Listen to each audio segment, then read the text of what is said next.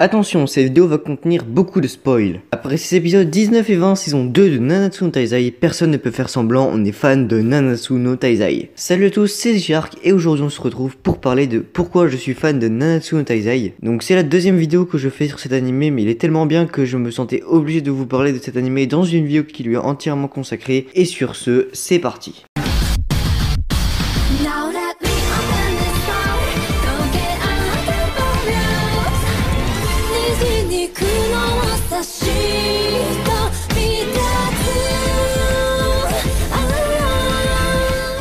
Nous allons suivre les aventures d'un groupe de combattants nommé Nanatsu no Taizai en japonais, The Seven Deadly Sins en anglais et les 7 péchés capitaux en français, à vous de choisir votre préférence, et de quelques autres personnages. Ils vivent dans une société où certaines personnes peuvent utiliser de la magie et ceux qui n'en ont pas, donc entre parenthèses la plupart des personnes sont défendues par des personnes appelées les chevaliers sacrés. Le roi de ce royaume va être assassiné et les 7 péchés capitaux vont être désignés comme les responsables de cet assassinat. Ils vont être expulsés de ce royaume. Les chevaliers sacrés vont prendre le contrôle du royaume, mais heureusement la fille du roi va partir à la recherche des 7 péchés capitaux dont les membres sont censés être morts. Durant ses recherches, Elisabeth va s'évanouir dans la taverne d'un jeune garçon qui parcourt le monde accompagné de son cochon nommé Hawk, mais Elisabeth va très rapidement se rendre compte que ce garçon n'en est pas un, mais en plus de ça qu'il est le chef des légendaires 7 péchés capitaux. Donc ce chef d'œuvre, car oui pour moi cet animé est un chef d'œuvre, a été écrit par Nakaba Suzuki, et bordel ce mec est littéralement un génie. Cet animé est à l'origine un manga et est composé de 2 saisons plus une bonus, donc la première durant 24 épisodes, la bonus 4 et la saison 2 20 épisodes. Il a été diffusé en 2014, donc quand je dis la saison 2 20 épisodes, c'est elle est en cours. Hein. Il est de genre action, aventure, comédie, fantasy, shonen, surnaturel et a été animé par les studios A1 Pictures et enfin édité par Netflix et Kana. Alors qu'est-ce qui fait que je suis et on est fan de Nanatsu no Taizai? Eh bien déjà, on peut très clairement voir que l'auteur maîtrise son œuvre,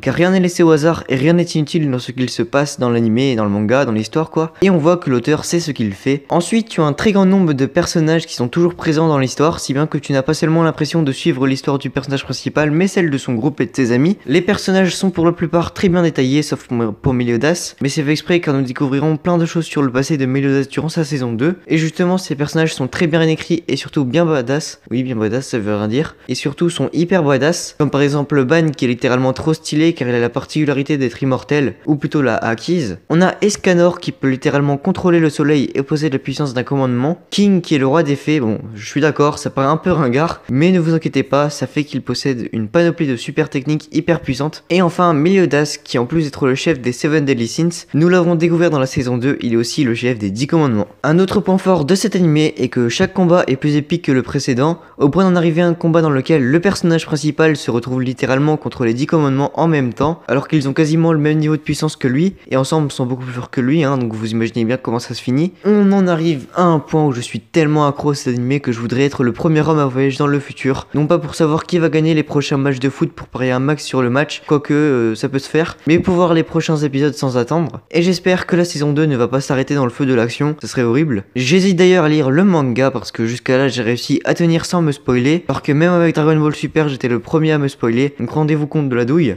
Et ce que j'aime par-dessus tout dans cet animé, c'est l'humour, qui est lié avec la personnalité du personnage principal de Meliodas, qui est pervers, donc vous imaginez bien que ça crée des scènes assez drôles. C'est lié au personnage de Hawk, qui est donc le cochon de Meliodas, comme je vous l'avais dit, et à chaque fois que quelqu'un le rencontre pour la première fois, il est choqué de voir qu'il sait parler et veulent constamment le manger. Il se croit aussi toujours plus fort que les autres, et du coup, quand il aura le pouvoir de voir la puissance des gens, il va se moquer d'eux alors que sa puissance est encore plus basse que eux. Et encore au-dessus de l'humour, dans cet animé, ce que j'aime, c'est Meliodas. Ah là là, Meliodas. Sûrement l'un des personnages les plus badass et puissants que j'ai vu de ma vie. Donc pas seulement dans les animés, mais aussi dans les films, les séries et les dessins animés. Il a l'apparence d'un enfant, ce qui colle absolument pas avec sa puissance, sa personnalité et le fait qu'il a une femme, mais encore moins avec son âge. Hein. Il est hyper puissant, donc il gagne haut la main tous ses combats. Et si mes souvenirs sont bons, la première fois qu'on l'a vu perdre était dans l'épisode 19 et 20 de la saison 2 de Nanatsu. En visionnant cet animé, tu vas souvent te poser des questions comme par exemple pourquoi à la fin de chaque épisode de Code Lyoko les personnes reviennent dans le passé. Non, bien sûr je rigole, on se pose pas souvent de questions, voire pas du tout, et si c'est le cas on a les réponses. J'avais juste envie de placer cette blague. Bon, maintenant que je vous ai parlé parler de la plupart des choses que je kiffe dans cet animé, parlons des détails importants de cet animé. Au niveau des OST, ils sont pour moi excellents, ce genre d'animé qui se déroule dans un style moyenâgeux, on va dire ça comme ça, a besoin d'avoir l'air de vieilles musiques, genre qu'ils sont joués avec des vieux instruments, etc.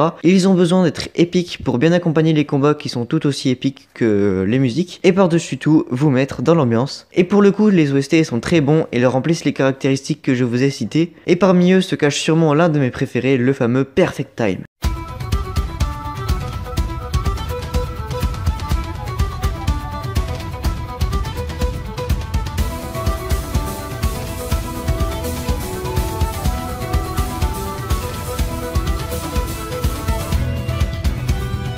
Au niveau des openings, je les ai tous aimés, ils étaient très bons et collent parfaitement avec l'ambiance de l'animé. Et pour les endings, c'est pareil que pour les openings, ils sont très bons et collent parfaitement avec l'ambiance de l'animé, donc je les aime aussi beaucoup.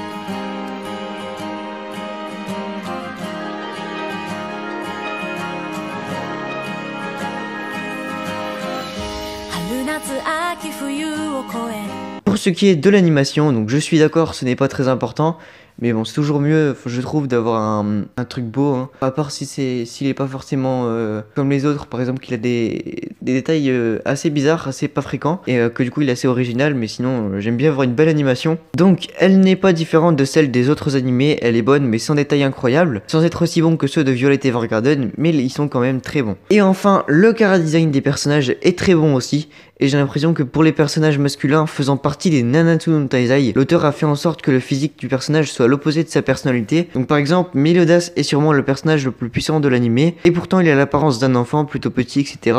Il peut s'énerver très facilement, et contre-exemple, Ban, qui a une carrure plutôt imposante qui fait un peu peur, est une personne avec un grand cœur, même s'il reste un peu égoïste sur les bords. Donc voilà, je pense avoir résumé tout ce qui fait que j'aime énormément cet animé. J'espère que vous aussi c'est le cas, et si vous ne l'avez pas encore vu, je vous recommande à 2000% d'aller le voir. Si cette vidéo t'a plu, n'hésite pas de t'abonner, de lâcher un gros pouce bleu et de partager sur les réseaux sociaux si tu as envie d'aider à ce que la chaîne se développe, et je vous dis à la prochaine pour une nouvelle vidéo.